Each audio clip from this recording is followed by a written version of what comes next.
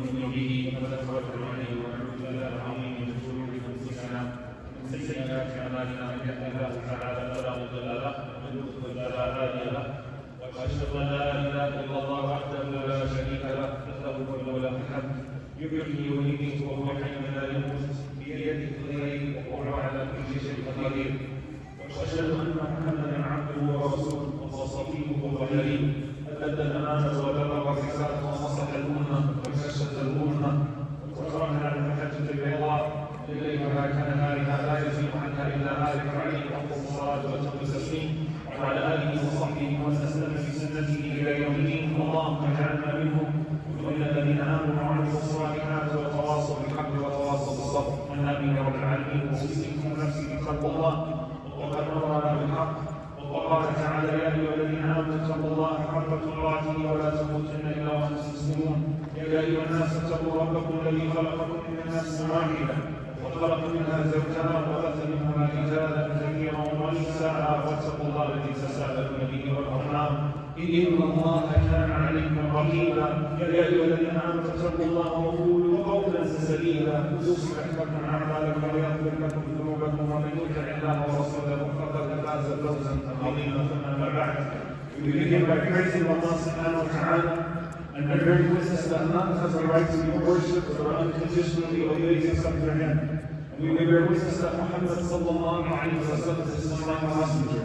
We ask Allah to send His peace and blessings upon Him, the prophets and messengers that came before Him, His family and companions that served alongside Him, and those that followed His blessed path until the day of judgment. And we ask Allah to make us amongst them. Allahumma ameen.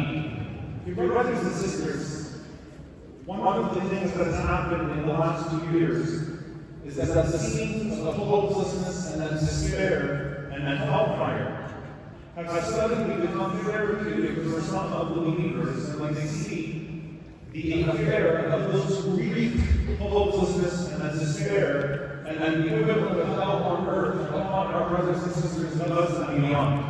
And in that process, we can grasp some of the scenes of the hereafter better and understand them and then project them back on our state in this world and how Allah subhanahu wa ta'ala has created us as this consistent and constant affair.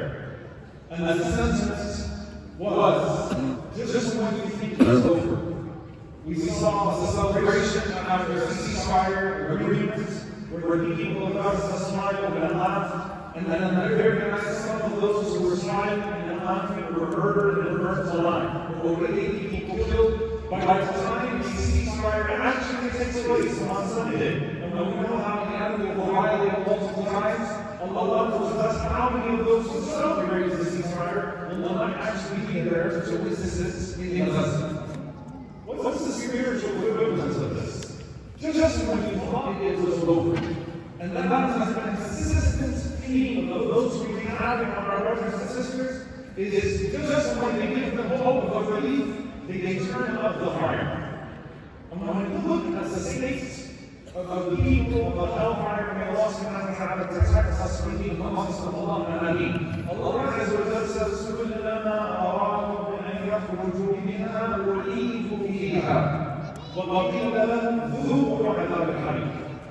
Think of the creators of hopelessness in this world, now dealing with hopelessness in that world. Every time they think they're about to escape hellfire, Imam al-Qurtubi rahimahullah describes it as a punishment that will burst them to the top of the flame, and then they will see what appears to be an escape. And then at that point they will be struck by the gatekeepers of hellfire and then returned 70 years into a pit, 70 years deep within hellfire, struck down, and then told taste instead of the punishment of the flame. And so you can imagine the consistent and perpetual hopelessness that every time they think they're getting out, they actually go deeper in. Just when they thought it was over, Allah subhanahu wa ta'ala shows them that you're just getting started. And indeed, there are people who deserve to be in that state, otherwise, we would not put them in it. Allah subhanahu wa ta'ala would not put them in it. And so there's a state of hope followed by hopelessness. And one of the greatest means of torture in this life is when you give someone the hope of relief and then you increase the trial, you increase the task and the torture on them. Because the emotional sentiments, you're on guard when you're in a state of trial. But you let your guard down. And so when you increase the torture, you don't have the same tools, or at least they're not kindled as immediate as before, to see yourself through that. And the Prophet ﷺ said about hellfire that the person who has the least punishment in hellfire will have a stone in their shoe that will go through and boil what is in their bodies until it reaches their brain, and then they will be restored and it will come back and live over and over and over again. They do not die there, nor are they given life. It is a consistent, perpetual punishment, just when they think it's over. And there's an equivalence of that as well in the Jannah. And then the equivalence in the Jannah is that just when the people of Jannah will think that they maxed out in terms of Allah's blessing and reward, Allah will show them something that they had no idea even existed. Just when they think they have it all, Allah subhanahu wa ta'ala will give them more. And who deserves that more than the people of Gaza when they think about them right now? Who are scrambling for something so small, celebrating the possibility of not being burned alive in whatever makeshift home that you have while you're starving to death. Who will deserve that more? And Allah subhanahu wa ta'ala, every time He increases the beauty of the people of Jannah, they think that's maximum beauty. Every time Allah subhanahu wa ta'ala gives them a new reward, they think this must be the highest reward. The Prophet sallallahu alayhi wa sallam mentioned to us in the authentic hadith that Allah subhanahu wa ta'ala will tell them, keep asking, ask for reward. It's not over yet. You have to got it all, yes. And then they say, they look around themselves, they say, but our faces have they made right? You interest in Jannah, but you make Jannah, and you save us from hellfire. Yeah, Allah, what's left? We thought it was over. Maybe actually do the hijab, subhanahu wa ta'ala. Allah Azza wa Jalla removes the veil. And as you see the case of Allah subhanahu wa ta'ala, they will not have given anything more blessed and more beautiful than that. So subhanAllah, just as the hope of the people of hellfire is being turned into greater hopelessness, just as the punishment is being renewed perpetually, the reward of the people of Jannah is being refreshed and renewed perpetually to where they're reaching a greater level, a greater level, a greater level, a greater level. And Allah subhanahu wa ta'ala makes us amongst those people. Allahumma ameen. And that just as the people of hellfire would wish for death, and one of the most heartbreaking things to witness in this world is a young boy who didn't get a chance to live life wishing for death because their parents have been killed, their siblings have been killed, they don't see a future for themselves in this dunya, and they wish for death. The people of hellfire would wish for death. They would wish for it to end. Even though they did judgments, yet they would wish to end at that point because they know what follows is only going to be worse. But look at the state of the people of Jannah. When Allah subhanahu wa ta'ala blesses them with something else and something else and something else, imagine when they look around at each other and it's like, I just realized something. أنت لا نحن بميتين إلا موتتنا الأولى وما نحن بمعذبين. Or is that really it? Are we waking up more to die? Our realization again and again and again. Wait a minute, this is forever. Wait a minute, Allah subhanahu wa ta'ala still has more to give us. Wait a minute, we're just getting started in Jannah. And imagine friends talking to each other. And Allah subhanahu wa ta'ala allows us to be part of that conversation. Saying, you realize we're not dying. There's no pitfall after prosperity here. There's no disappointment after deliverance. It's just on the up. It's except for the first time that we know. And then we will never be punished again. That is your great success. For that, those who are working for that moment. And here I want to bring us our state in this dunya. We know that in this dunya, we have hardship, we have peace. And we know that the Prophet ﷺ told us that Allah subhanahu wa ta'ala will test us like the lines, vertical lines, driving a horizontal line, connecting us and Allah, and at different points in our lives to remind us of Allah subhanahu wa ta'ala. وَلَنُذِيقَنَّهُمْ مِنَ الْعَذَابِ الْأَدْنَى دُونَ الْعَذَابِ الْأَكْبَرِ لَعَلَّهُمْ يَرْجِعُونَ. And then sometimes we will taste a smaller punishment before the greater punishment, so that Allah can bring you back. It's an opportunity to bring you back to Allah subhanahu wa ta'ala. You will be pinched in this dunya at different points to remind you that this is that this is the place of test and trial. But here is the thing that we often forget. That these tests and trials are not neatly spread out in our lifetime. It's not like you have a period of ease and then you have a period of hardship. You have a good thing that happens to you and then you have a bad thing that happens to you and then a good thing that happens to you and then a bad thing that happens to you. In fact, one of the most powerful reflections on the ayah in the electricity is this law that rarely with hardship comes ease, is that Allah subhanahu wa ta'ala described hardship as a state. That state of being could last for 2 years, it could last for 20 years, it could last for 2 minutes. But that state of ease is perpetual. Once you enter into true Muslim, which exists only outside of this world in your era. So it's not like the hardship that Allah is talking about is the one thing that just happened to you. But there's states of being that sometimes you have hardship, and then that hardship is followed by another hardship. And then just as you think you're about to get ease, another hardship comes, and then another one comes, and then there's a long period of ease, relative ease. Because even in your state of ni'mah, in your state of blessing, there are things that will remind you life is not perfect. It's not enough to be perfect here. But relative periods of ease and blessing, and then suddenly you get struck by a long period of trial and hardship. And then that's the sense that comes sometimes when you're in this state of hardship. I thought it was over.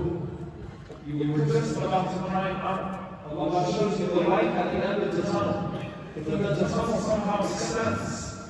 And if a person doesn't have proper iman, proper yaqeen, proper faith and certainty, then at that point they can succumb to the darkness and they can let it in their own hearts and say, I give up. I give up. And that happens to many people. And then listen to how the Prophet spoke about al-ayyam al-fitan, the days of trials and tribulation.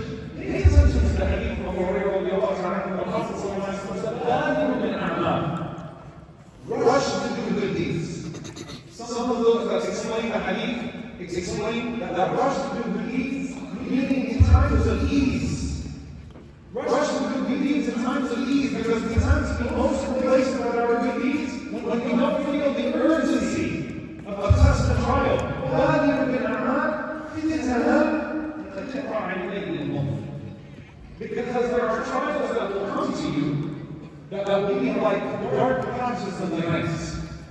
When you think about الليل المظلم, a long night, in the depths of the darkness of the night, you see no light whatsoever. Only the artificial lights exist at some point. You see no light whatsoever. And then you will be plunged at times into فتن, into trials and tribulations, where there is no end in sight. And then the Prophet says the same, بَادِرُ بِالْأَعْمَالِ, rush to do good deeds before you find yourself in that state. Because he said, sallallahu alayhi wa sallam, at that point, you just think, what's a mu'minah? We will see kafir. Allah protects us. A person will wake up a believer and they'll go to sleep as a disbeliever. Or they'll go to sleep a believer, or they'll wake up a believer, go to sleep as a disbeliever, or they'll go to sleep a believer, or wake up as a disbeliever. The point is that at that point, you might just lose your iman, you might lose your faith altogether. And someone thinks, how can I?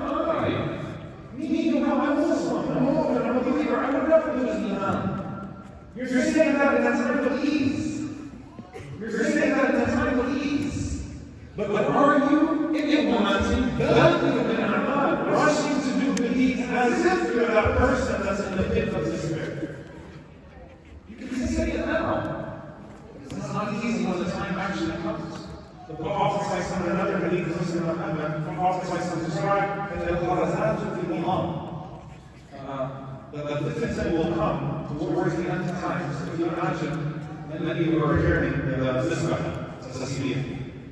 if you imagine the beads on a string, and then someone cuts that string, and how quickly those beads fall off. Imagine the Prophet saying, sometimes tests will ditch you that way. Right? And the fitna at the end of times, may Allah protect us, will be like that. So it's not like one falls on you like a boulder. It's like 10 boulders fall on you suddenly at one time. What does that mean for us? The Messenger of Allah sallallahu alayhi wa sallam said, and then rush to do good deeds in your time of ease. And here's what I want us to focus on, dear brothers and sisters. Because there will be long periods of relative ease in our lives, where we become complacent. And then long periods of relative trial in our lives, where we succumb to despair. And then the Messenger of Allah sallallahu alayhi wa sallam emphasized how you act when you're not in that desperate state. And if you think about what we are most prone to, when things are calm and easy, it's a state of ghafla. It's what Allah calls a state of heedlessness. And the ghafla, ghafla, heedlessness. During your long stretches of ease. Why? Because you don't feel like the world is closing on you, so you tell yourself, yeah, I've got time. You know, when the time comes, I'll get into my qira'ah. You know, when the time comes, I'll renew my faith with Allah subhanahu wa ta'ala. And so you already have people from now thinking, yeah, my life is not great, I'm not really good with Allah, I'm not reading much Quran, I'm not getting close to Allah subhanahu wa ta'ala, I'm not making much qira'ah. Who guaranteed you Ramadan? Who in the world told you that you will live another month and a half? Who told you that's even coming? But when you're not feeling the heat of despair, you can easily fall into ghafla, you can easily fall into peace. And subhanAllah, I was reflecting on this hadith in a way that I had never subhanAllah noticed before. The hadith of the Prophet talking to Abdullah ibn Abbas while he was riding with him. And at the tail end of the hadith, the Prophet says to Ibn Abbas, تعرف إلى الله في الرخاء يعرفك الشدة. Get to know Allah in the times of ease, so Allah will know you in the times of hardship. And I was just thinking, subhanAllah, how beautiful and precise the advice of the Prophet sallallahu alayhi wa sallam. Because sometimes when you're here, it's easy to pray your 5 prayers, you give yourself a place, you still do your thing robotically and mechanically. But you disconnect from Allah subhanahu wa ta'ala in your times of ease. Like your qira'ah doesn't have the same deep attachment. Your salah doesn't feel as great. We hate trial, but trial is the only thing that wakes us up for Tahajjud. We hate despair, but despair is the only thing that makes us cry in our qira'ah. And so sometimes in your time of ease, yeah, I'm just going to qira'ah, just going to pray my 5 prayers. But your heart is resting. You're not talking to Allah. You're not getting to know Allah subhanahu wa ta'ala. You're succumbing to ghafla. It's easy right now. And when it's easy to become heedless. And then the Prophet emphasized what? تعرف إلى الله في الرخاء. Get to know Allah subhanahu wa ta'ala. During those times of ease, Allah will know your times of hardship. You know what it makes me think about? Every time I take someone for a Hajj, especially Hajj, then during a Hajj, mashallah, people like this experience where they're making qira'ah quietly and everything is nice and smooth and sakina. That's not the ibadah of Hajj. Hajj, you're getting hustled around, pushed around, elbows, sweat, tiredness, exhaustion, dehydration. There's no quiet moment for your eyes except for the sense of maybe, other than that, you're making Allah, you're just trying to not fall down while you're thinking in your qira'ah, right? Why? Because in the moments of tribulation, you don't have that time to settle in and make that quiet qira'ah and feel that quiet connection. What's stopping you right now? تعرف إلى الله في الرخاء بادر بالأعمال أن الله كريم الله شكر والله في عون العبد ما كان العبد في عون أخيه. Allah will lead at the aid of the believers, so long as the believers is at the aid of His right. You want Allah to know you in hard times when you think that the hard time is never going to end. When you feel like I can't see an end in sight. These are dreams. بلغوا بالأعمال rush to do the deeds in your times of ease as if it's a time of hardship. Put yourself in Gaza right now. Mentally put yourself in Gaza. Spiritually put yourself in Gaza right now. And think about what would happen to your du'as, what would happen to your good deeds. بلغوا بالأعمال. Number 2, تعرف إلى الله. Do the actions where you get to know Allah subhanahu wa ta'ala, where you read Quran and quiet, where you think you're at ease, where you do dhikr at ease. You connect yourself to Allah. Because that's the only way that you'll be able to trust Him when you can't trust your senses because you don't see an end inside during the trial. Number 3. Allah is in the service of the believer so long as the believer is in the service of his brother. When you're in that state of ease, make sure that you're a source of ease for someone else. Because then Allah subhanahu wa ta'ala will continue to be in your aid, even when your times are no longer easy. The last thing I say is that Allah is with justice. Worship Allah until death comes to you. When is it over? I don't know when it's over. But the beauty and the complication of this dunya is that we don't know when it's over. We keep getting up to the hardship and ease with the cycle. We don't know when it's going to be over. Worship Allah until certainty comes to you. Certainty is death. Worship Allah until death comes to you. Ibn al-Sam, a beautiful reflection on this. He said, the dunya is like your shadow. Think of the dunya as your shadow. This world is your shadow. If you try to catch your shadow, then you'll never be able to. But if you turn your back to it and walk, you'll have no choice but to follow you. Look at the dunya behind you like your shadow. And then follow that guidance and chase Allah subhanahu wa ta'ala with desperation, even when your circumstances don't seem so desperate. So that Allah subhanahu wa ta'ala will give you hope, even when there is no worldly end in sight of the trial and tribulation that you are in. And Allah subhanahu wa ta'ala gives us thabat, and Allah gives us firmness in our faith, in the good times and the bad times. May Allah subhanahu wa ta'ala make the best of our needs, the last of them. May Allah subhanahu wa ta'ala grant our brothers and sisters in Gaza relief after relief after relief, in this life and the next, and join us with them. And allow us to be a source of relief for them and in their aid, so that Allah subhanahu wa ta'ala will be in our aid throughout this period of ease that we are in relative to them. Allahumma ameen. قولوا قولي هذا واستغفر الله لي ولكم المسلمين فاستغفروه انه هو الغفور الرحيم.